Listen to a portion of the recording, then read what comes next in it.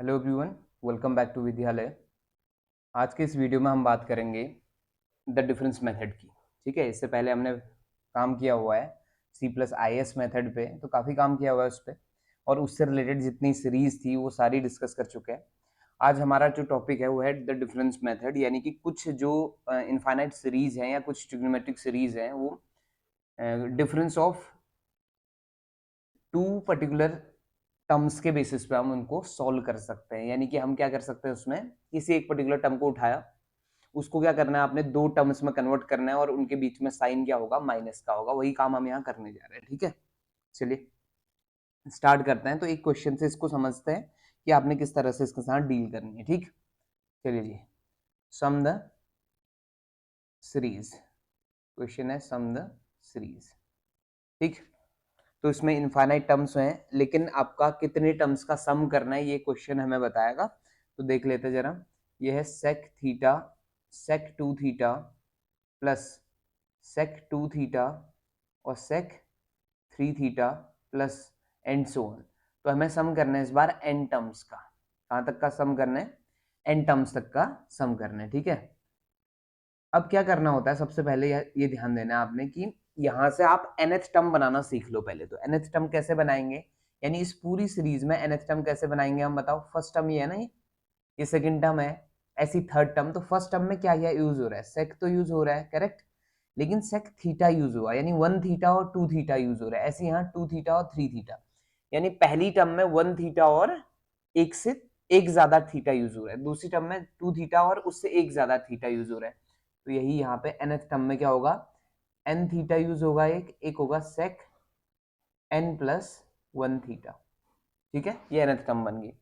अब आपने क्या करना है ना, कि इस nth टर्म में को आप ऐसे तो लिख ही सकते हैं, फिर कॉस एन थीटा और इंटू में क्या, cos n plus one theta.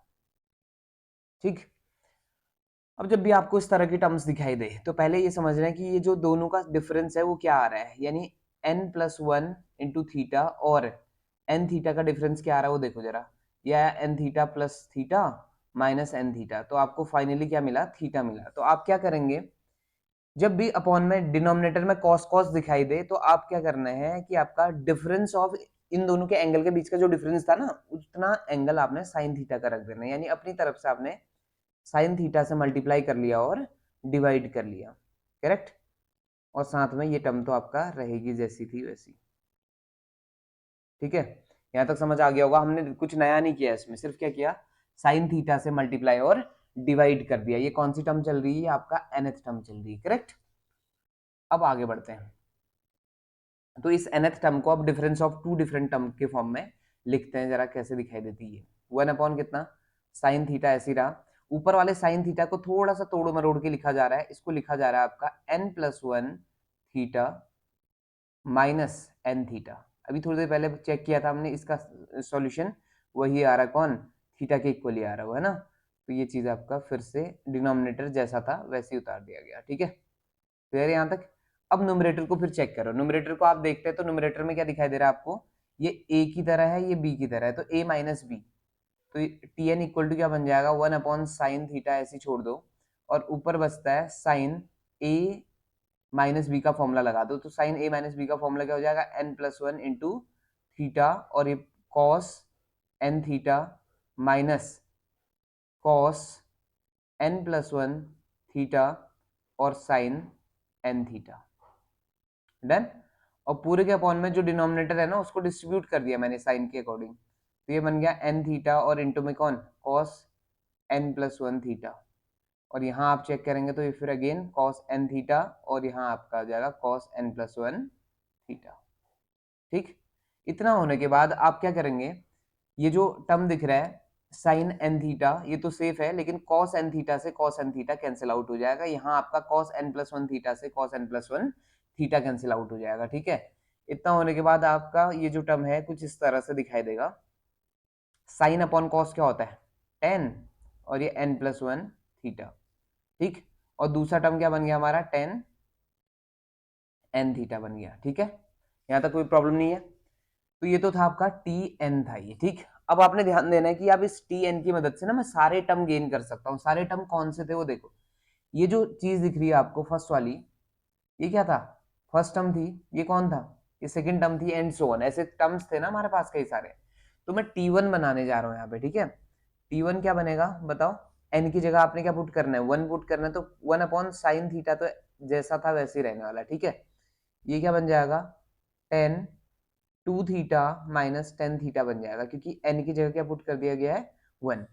और T2 क्या बनेगा, T2 बनेगा 1 अपॉन साइन थीटा, और साथ में क्या बन जाना है, tan three theta minus tan two theta, isn't it. इतना होने के बाद आप और भी सारी टर्म्स फाइंड कर सकते हैं, T3 T4 T5, ठीक। अब दिमाग में ये रखो कि आपको सम कहां से कहां तक चाहिए था। आपको सम चाहिए था T1 plus T2 plus up to and so on Tn का। तो चलो आ जाओ सम कर लेते हैं, ठीक है। Therefore T1 plus T2 plus up to and so on Tn equal to, आपको क्या दिखाई देगा, ये पहला टर्म क्या था, 1/sin थीटा, बाहर आ गया था, अंदर बचा था tan two theta minus tan theta, है ना। दूसरी टर्म में क्या हुआ था, 1/sin बाहर आ गया था, और अंदर बच गया था ten three theta minus tan theta. और यानी कि प्लस एंड सो ऑन, जो आखिरी टर्म है यानी nth टर्म है, वो क्या था, 1/sin थीटा कॉमन, और अंदर आपने देखा था ten n plus one theta minus ten n theta, ये बन गया था, ठीक है। अब आपने क्या करना है, इन सब में से क्या कॉमन आ रहा है जल्दी से बता दो, 1/sin थीटा कॉमन आ रहा है ना। तो साइन थीटा कॉमन आते ही आपके पास चीजें कैसे दिखती हैं, tan two theta minus tan theta plus tan three theta minus tan theta, sorry tan two theta होगा, आई एम सॉरी, ठीक है। ये क्या है, टेन टू थीटा है, ठीक।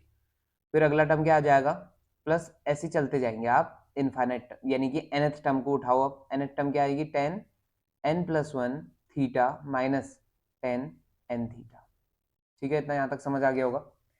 अब आपने क्या करना है ना, ये आपका जो सीरीज आपको मिली है, ये सीरीज बेसिकली टेलीस्कोपिक सीरीज भी कहते हैं हम इसको। टेलीस्कोपिक सीरीज इसलिए कहते हैं ना, इसमें दो ही टर्म बचेंगे, पहले से एक बचेगी और आखिरी से भी एक टर्म बचेगी, बाकी सारी कैंसिल हो जाती है, तो इसलिए इसको क्या कहा जाता है, टेलीस्कोपिक सीरीज कहा जाता है। अब देखो क्या हो रहा है, फर्स्ट वाला पार्ट कट रहा है, वो सेकंड वाले पार्ट को कैंसिल कर रहा है। देखो ये सेकंड टर्म थी, ध्यान से सुनना, ये सेकंड वाले का हिस्सा है, ये फर्स्ट वाले का हिस्सा है, तो यानी कि फर्स्ट सेकंड वाले पार्ट को काट रहा है, तो ऐसे कैंसिल होते जाएंगे टर्म्स। तो यहाँ कौन सा पार्ट कटने वाला है, सेकंड वाला पार्ट कैंसिल हो जाएगा, ठीक। अब हर एक टर्म का सेकंड वाला पार्ट कैंसिल होते गया, ये भी आपका टेन थ्री थीटा से टेन थ्री थीटा कटा होगा कहीं ना कहीं, ठीक है।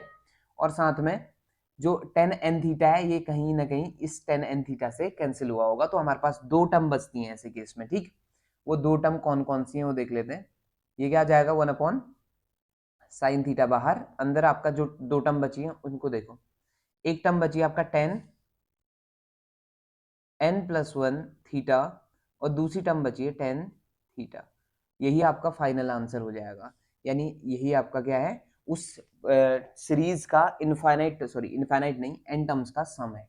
तो ऐसे करना है आपने डिफरेंस मेथड का यूज, ठीक। तो डिफरेंस मेथड में क्या करते हैं आपको समझ आ गया होगा, हर एक टर्म को क्या करेंगे, दो स्पेसिफिक टर्म्स के डिफरेंस के फॉर्म में लिखेंगे, उसके बाद उनको क्या करना है हमने, उसमें इस तरह से लिखना है कि वो कैंसिल होते जाएंगे टर्म्स, उसमें से आपका पहली टर्म से एक टर्म बचेगी और लास्ट वाले टर्म से भी एक टर्म बचेगी, तो वो दोनों कंबाइंड होकर हमारा फाइनल आंसर दे देंगे हमें, ठीक है। इस तरह से आपने डील करनी है द डिफरेंस मेथड के साथ, ठीक है।